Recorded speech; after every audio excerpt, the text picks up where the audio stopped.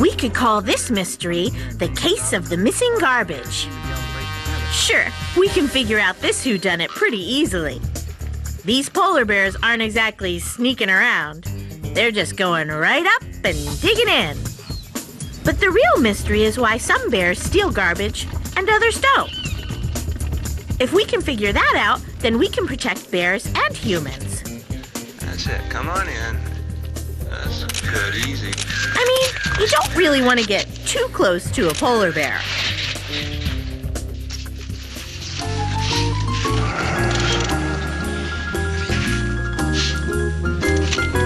The adults are more than 3 meters high, and they can eat about 20 kilos of meat in a single meal. Over me, huh? Alis ka na dito! Sorry, lagi mo kami inaaway! Alis! Umalis ka na nga! Pumunta si DJ dito? Pasok niya sa kukote ng anak mo, ha? Hindi, may inalok sa kanyang trabaho si Mr. C. Pumunta siya sa Korea para ayusin muna yung lahat bago siguro saka sila tuluyang maninirahan doon. Nasaan po si Jillian? At bakit ko sasabihin sa'yo?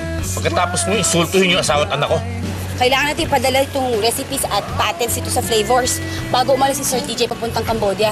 Punta siya dun sa Cambodia? Oh, 3 years daw, sabi ni Martin.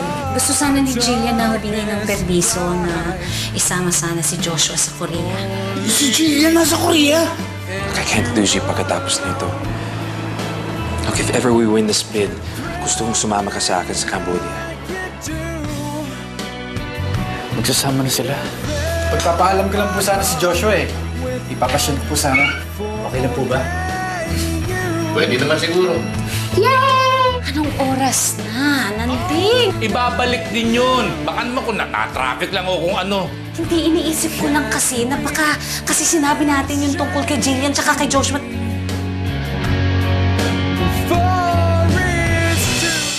Hindi, ayoko na pag-isipan yun. Yan, Pogi, yan. Tirahin mo, yan. Ano? Ang galing ah. Ayan pa isa. Ayun, nabaril ko na siya. Galing. Sige pa. Uy, unti na lang life ko. Ay, sayang. Sayang, ano? Pare ko, kailan pa ba tayo uuwi? Naantok na kasi ako eh. Ganun ba? Eh, Pogi, okay lang ba sa'yo na dito muna tayo? Tatagal pala tayo dito eh. Sana pala dinala ko yung bisikleta ko na binigay mo sa akin. Bali, Pogi. Marami pa naman tayo pwedeng laruin dito eh. Gusto mo, bumili pa tayo kahit na ano eh. Ang dami kong biniling damit mo eh. Tsaka, ang dami kong biniling pagkain. Kung pwede lang kay Lola pati kay Lolo, pati kay Mamay. Ay, wala nga pala si Mamay. Kaya kay Lolo at Lola lang. Pogi, may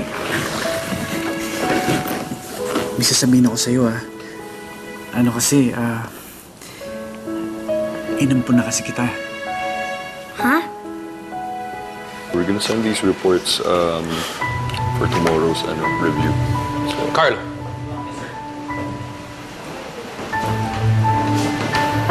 Di ba sinabi ko sa'yo lahat ng mga customer dapat may survey kasabay ng resibo? Bakit hindi?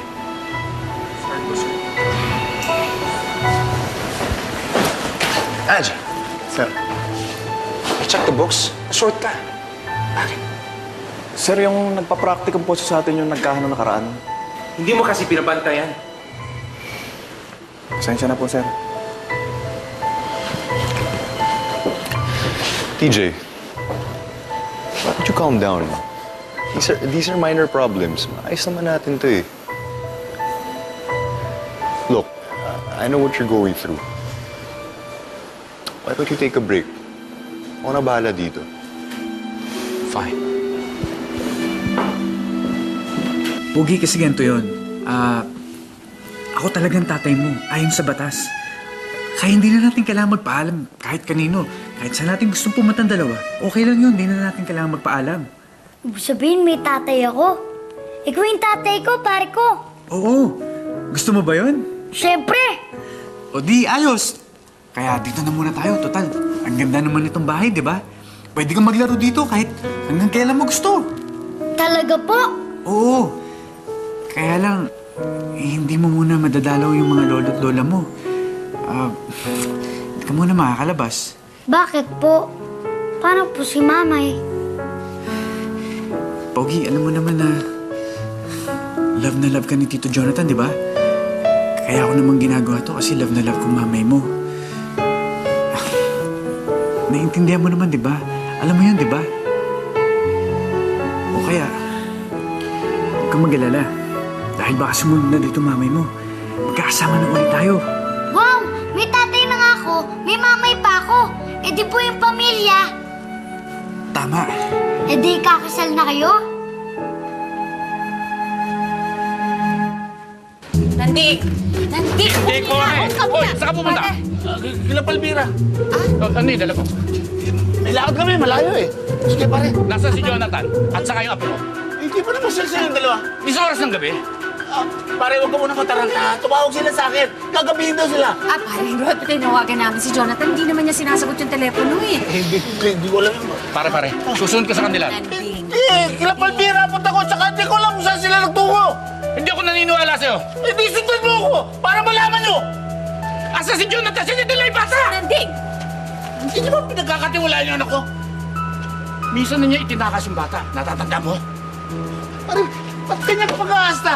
Pare. Jonathan yun! Saan ka digit siya yung bata? Pero wala siyang karapatang itakas yung bata o dalhin yung bata. Hindi siya dapat magdidesisyon para kay Diyosa. Hindi siya magulang ng bata. Ano? Pagkatapos nung ginawa nila sa inyo? Tama naman kayo! Nanonobat ka?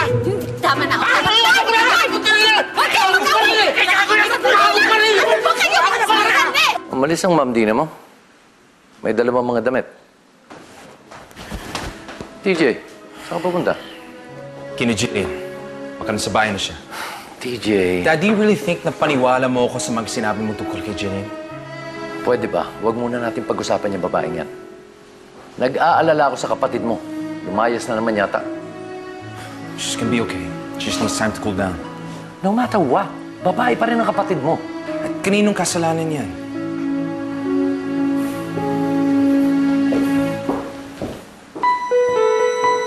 Pare, mag-aawin na kayo! Kasi alam ko, apo ko magsasalyan! Alam ko!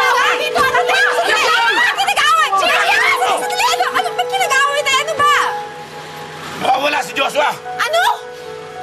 Dinala ni Jonathan. Hindi namin mahanap.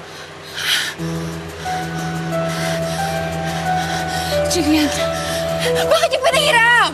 Anak, akala naman namin okay na kay Jonathan. Pumayag na siyang dalhin si Joshua sa Korea eh. Niloko tayo ng hayop na yun eh. Patawad, Gina. Hoy! Hoy! Para pa! Huminahon na nga muna tayo! Huminahon muna tayo! Kinidnap nga ni Jonathan si Joshua. Dali din matatakas yung surod kung hindi totoo yung hinala natin eh. Mga hayop na yan. Yan! Dali! Kasama ako! Dali! Boss! Saan mo nga? Bukas, kuya! Tara!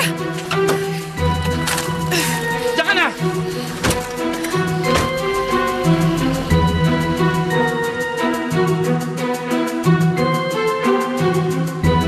Nakakalaman itong ginawa mo. Sana sinupang mo muna sa akin. Hindi ganyan pabigla-bigla ka. Tawagan mo na lang ako.